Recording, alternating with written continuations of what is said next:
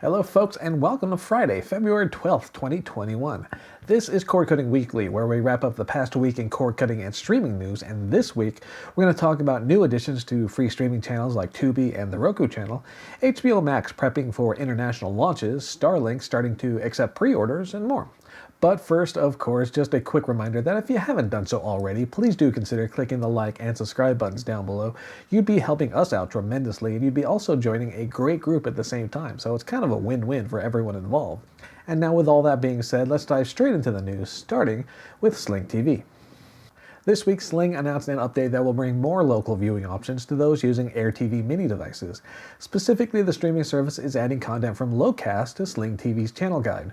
For those unfamiliar, Locast is a streaming service that offers up live streams of local broadcasts, and it's been expanding recently, with support in 29 markets around the country. So if you're an AirTV mini user in an area supported by Locast, you'll have access to those local channels without needing an over-the-air antenna. And for reference, here's a quick list of markets currently supported by Locast. And of course, you can find out more at our post link down below in the video description. In other Sling TV news, the streaming service is currently offering up a free preview of its content. It actually kicked off the preview earlier this week, but as of the day we're publishing this video, there's still time to take advantage.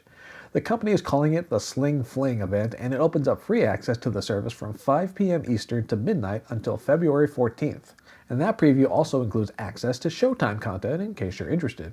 You can find out more at our post link down below. Oh, and no credit card is required for the preview, so a heads up for anyone curious about Sling TV but who wanted to check it out first. In free streaming news, Tubi announced it's building out its news section, also known as News on Tubi. And all around 80 live local channels from across the US will be joining the lineup, including options from Cox, Scripps, and more. News on Tubi also features channels from Fox, News Now, Bloomberg, Black News Channel, Euronews, and others. And with the addition of these new options, Tubi says users will have almost 100 local feeds from 58 markets. The rollout of these news channels is expected to take place throughout 2021, so if you get your news from Tubi, it looks like you'll have a lot more options soon. In Apple TV news, it has not been a great month for anyone still using the 3rd-gen Apple TV as their primary streaming device. Last week, we reported that the YouTube app would drop support for the 3rd-generation Apple TV, and this week, we've learned that the CBS All Access app will also no longer be available on the 2012-era device. The move comes as Viacom CBS works to transition the existing CBS All Access service to Paramount Plus, which will launch on March 4th, and the new version of the app will be leaving the older Apple hardware behind. And as with the YouTube app announcement, 3rd-gen Apple TV users are seeing notices of the pending change along with suggestions for upgrading their gear. In any case, 3rd-gen Apple TV users have until March 4th to enjoy their CBS All Access content. And just a quick follow-up on a developing story from last week. In our previous Cord Cutting Weekly, we reported on a contract dispute between AT&T and Cox, which led to several Cox-owned channels being removed from DirecTV and AT&T TV services.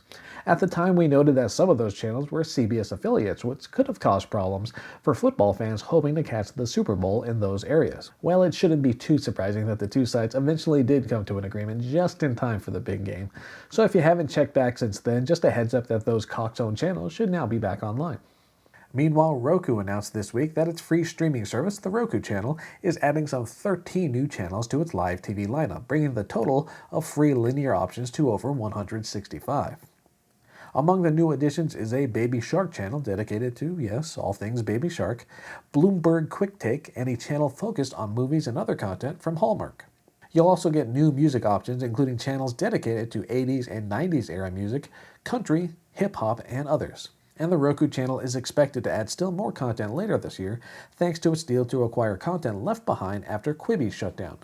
And if you haven't explored the Roku channel just yet, we recently published a video that focuses on the free streaming service, and you'll find a link to that video down below in the video description. In benchmarking news, the popular Ookla Speedtest app has been updated to include tests to gauge streaming video quality. If you're unfamiliar with the app, Speedtest offers users benchmarking tools to test the internet download and upload speeds in their area, including at-home Wi-Fi and 4 and 5G mobile connections. This new feature focuses on streaming video in particular. The test includes playing back specific video files and examining how well your data connection handles different bit rates and quality levels. And if you're curious what your internet connection is capable of, you can check out the app on iOS right now. The video test feature is expected to reach other platforms in the near future. If you've been waiting on SpaceX to open up its Starlink internet service, your wait may soon be over. The company is currently taking pre-orders for its satellite-based internet service, and you can head to their website to sign up. You'll need to put down a $100 deposit, which will go toward the $499 cost of the Starlink starter kit. That includes the Wi-Fi router, Starlink receiver, mounting tripod, and more, and the service itself costs $99 per month. Now, exactly when you'll actually receive Starlink service depends on a few factors, including where you live. Some who have signed up so far have received messages saying Starlink service is planned in their area in mid to late 2021. Meanwhile, others have received messages mentioning later timeframes like 2022. In any case, you can head to our post link down below if you want to learn more. In HBO Max news, the streaming service is prepping to launch its first venture outside the US later this year, when it launches in Latin America and the Caribbean in June. And all the launch is expected to include around 39 territories with a new app and new kids content as well. The current HBO Go service in those regions will be phased out, and then current subscribers will be rolled into the HBO Max service. The new app is expected to be broadly similar to what US customers have access to, along with some new features for a better viewing experience in Latin America. And looking further ahead, HBO Max is also expected to launch in areas of Europe later this year, so stay tuned. This week also saw Disney announce its quarterly earnings, which also gives us a chance to see how the company's various streaming service efforts are faring. At the top of the pile is Disney Plus, which capped off 2020 by reaching 94.9 million subscribers. Now that's up from the 86.8 million it cited during its Investor Day event back in December. Part of that uptick was thanks to the release of Soul, which skipped a theater premiere and headed straight to the streaming service this past Christmas. Meanwhile, Hulu's 2020 came to a close with around 39.4 million subscribers, which is also an increase from the 38.8 million it mentioned at that same Investor Day event. And last but not least, ESPN Plus reached 12.1 million subscribers as of January 2nd, 2021.